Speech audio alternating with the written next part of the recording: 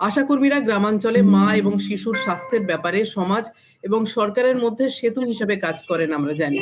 কাগজে কলমে তারা স্বেচ্ছাসেবী, কিন্তু বাস্তবে তারা পুরোদস্তুর একজন নার্স বা আয়ার মতো বা একজন চিকিৎসা পরামর্শদাতার ভূমিকা পালন করেন। এমনকি বহু এমন সরকারি কাজের দায়িত্ব তারা পালন করেন যা করার কথা আদৌ তাদের নয়। ভাতা বৃদ্ধির দাবিতে তারা যে আন্দোলন করছেন তা রাজনৈতিক বলে দাগিয়ে দিয়েছে তৃণমূল কংগ্রেস। আন্দোলন দমন করা হলো নক্কারজনক বল প্রয়োগের মাধ্যমে।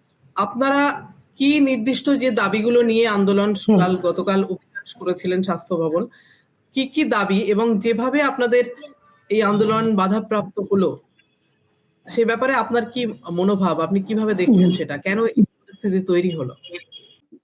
শুধু কালকেই এই কর্মসূচি ব্যাপারটা এরকম ছিল না। দীর্ঘদিন ধরে আশাকর্মীদের নানান দাবি দেওয়া, বহু বঞ্চনা এবং বেশ কিছু সমস্যা নিয়ে আমরা লাগাতার ভাবে কেন্দ্রের কাছে, যেহেতু কেন্দ্রীয় সরকারের স্কিম এটা, এবং রাজ্যের কাছেও যেহেতু স্বাস্থ্য যৌথ তালিকায়, উভয় জায়গাতেই আমরা যেটা কেন্দ্রের কাছে চাওয়া, যেটা রাজ্যের কাছে চাওয়া, এই প্রক্রিয়াতে আমাদের দীর্ঘদিন ধরে সমস্যাগুলো নিয়ে, দাবিগুলো নিয়ে আমরা মুভ করছি, যেখানে ঠিক যে প্রক্রিয়ায় হওয়া প্রয়োজন।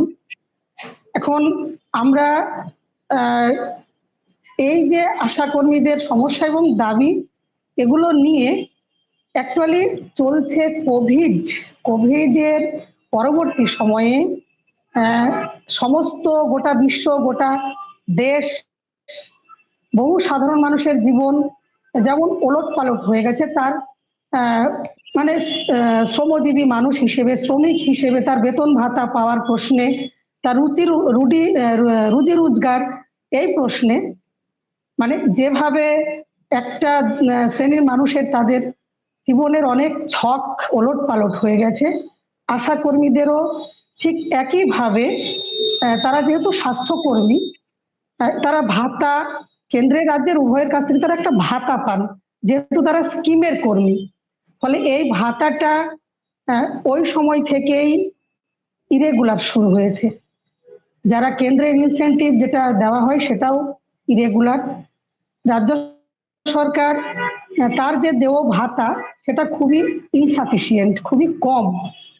এবং আমরা জানি যে শুধু মা বাচ্চার কাজ, এই কাজ বলে তাদেরকে নিয়োগ করা হয়েছে, কিন্তু রাজ্য সরকারের, আমাদের এই রাজ্যেরও যে বহু স্কিম আছে, বহু ধরনের কিছু নানান সময়ের কিছু কাজ, নানা প্রকল্পে নানান কিছু আশাকর্মীদেরকে দিয়ে করানো হয়, করিয়ে নেওয়া হয়।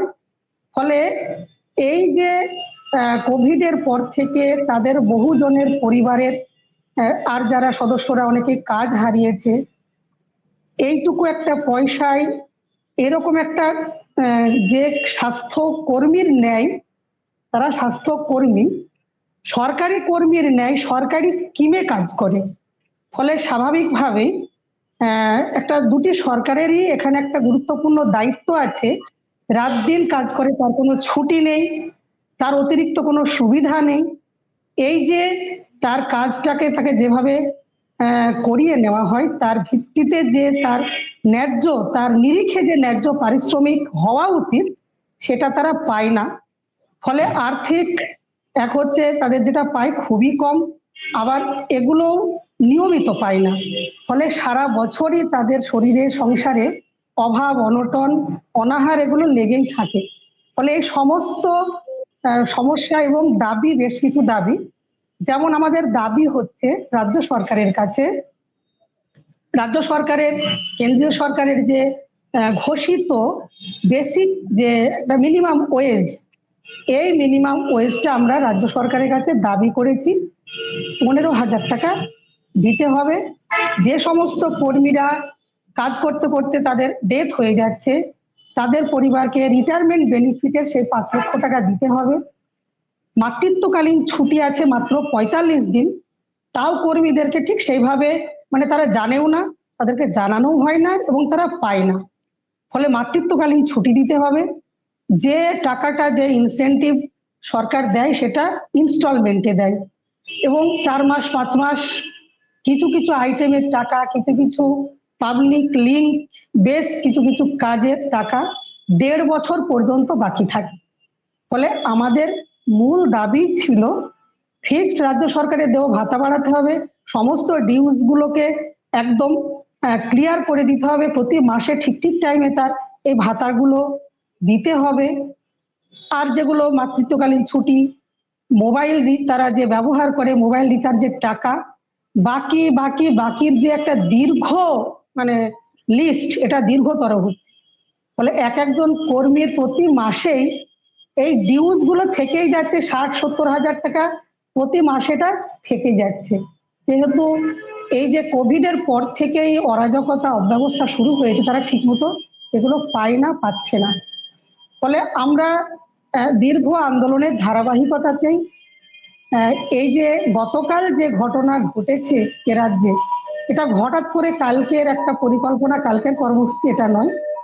আমরা বাধ্য হয়ে গত 23শে ডিসেম্বর থেকে সমস্ত দপ্তরের একেবারে স্বাস্থ্য দপ্তরে যতগুলো স্টেপ আছে সব জায়গাতে আমরা জানিয়ে কর্মবিরতিতে যেতে অ্যাকচুয়ালি বাধ্য হয়েছি। দাবিগুলো যখন কোথাও আমরা শুনিয়ে কোনো সুরাহা পাচ্ছি না, কোনো ধরনের কোনো পজিটিভ সন্তোষজনক কিছু পাচ্ছিলাম না, তখন আমাদের কর্মবিরতিতে যেতে বাধ্য হতে হয়েছে। আমরা সর্বত্রই জানি আজ পর্যন্ত আজকে 31 দিন কর্মবিরতি চলছে। আমরা গত 7ই জানুয়ারি স্বাস্থ্য ভবনে 45,000 আশাকর্মী এই সমস্যা, এই দাবিগুলো নিয়ে এসেছিলাম।